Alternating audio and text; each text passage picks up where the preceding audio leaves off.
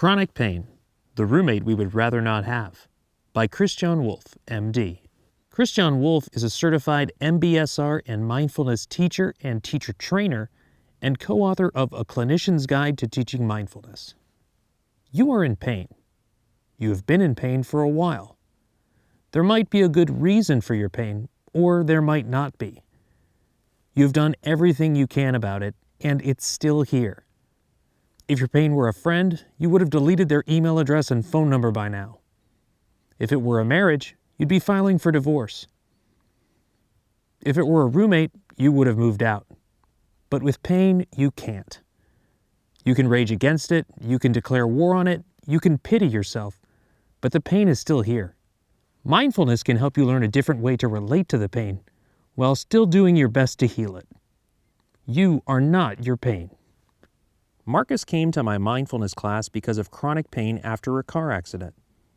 Rehabilitation, physical therapy, and acupuncture had helped him to lower the amount of pain medication he was on, but he was still far from pain-free. His doctor had sent him to the mindfulness class and he was skeptical, but at this point, a year after the accident, he was willing to give it a try. Marcus learned to practice mindfulness, gentle, moment-by-moment awareness of his experience. He learned to pay attention to the constantly changing sensations of his breath as part of the meditation. He also learned to scan through his entire body and become aware that most parts of his body were actually not in pain. Once he started to pay attention, he was surprised that his pain actually wasn't always the same, that it fluctuated not only in intensity, but also in other ways. Sometimes it was more sharp and stabbing, at other times more dull and tense.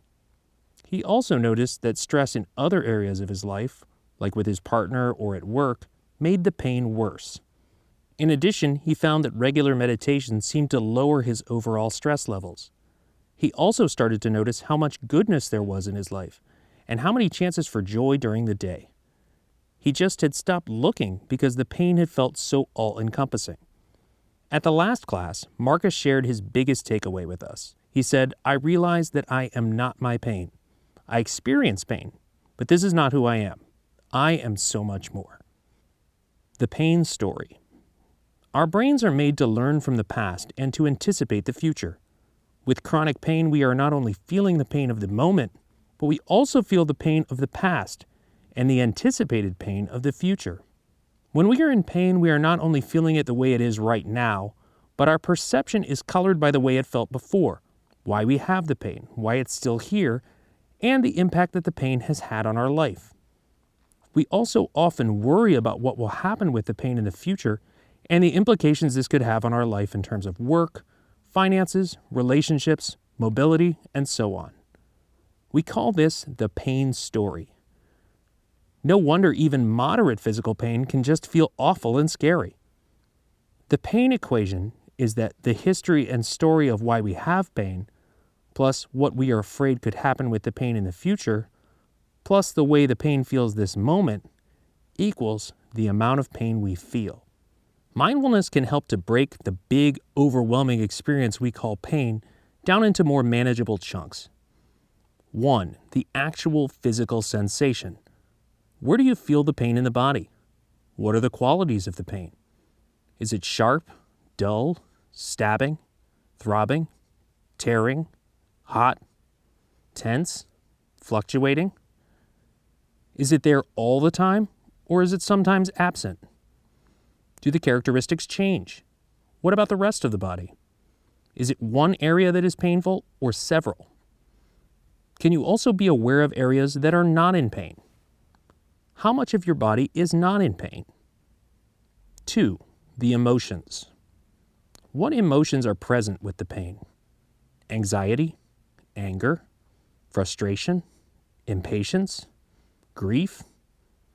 Where can you feel those in the body? Emotional pain adds to physical pain. Emotions bring on thoughts. 3. The thoughts around the pain story, or the meaning the pain has in our life.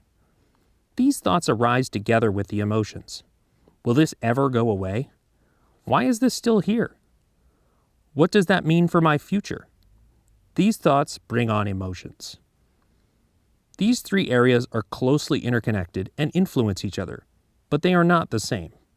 With mindfulness and compassion practice, we learn that we don't have to follow and believe our thoughts. We can let them move through our awareness like a river that keeps flowing. We learn to not take emotions so personally. We learn that they will change and at times disappear if we don't reinforce them.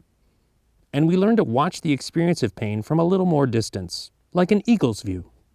And maybe we even start to have some compassion towards ourselves for the fact that we are in pain. Mindfulness practices are great tools to help us live with more ease and joy in the midst of the pain.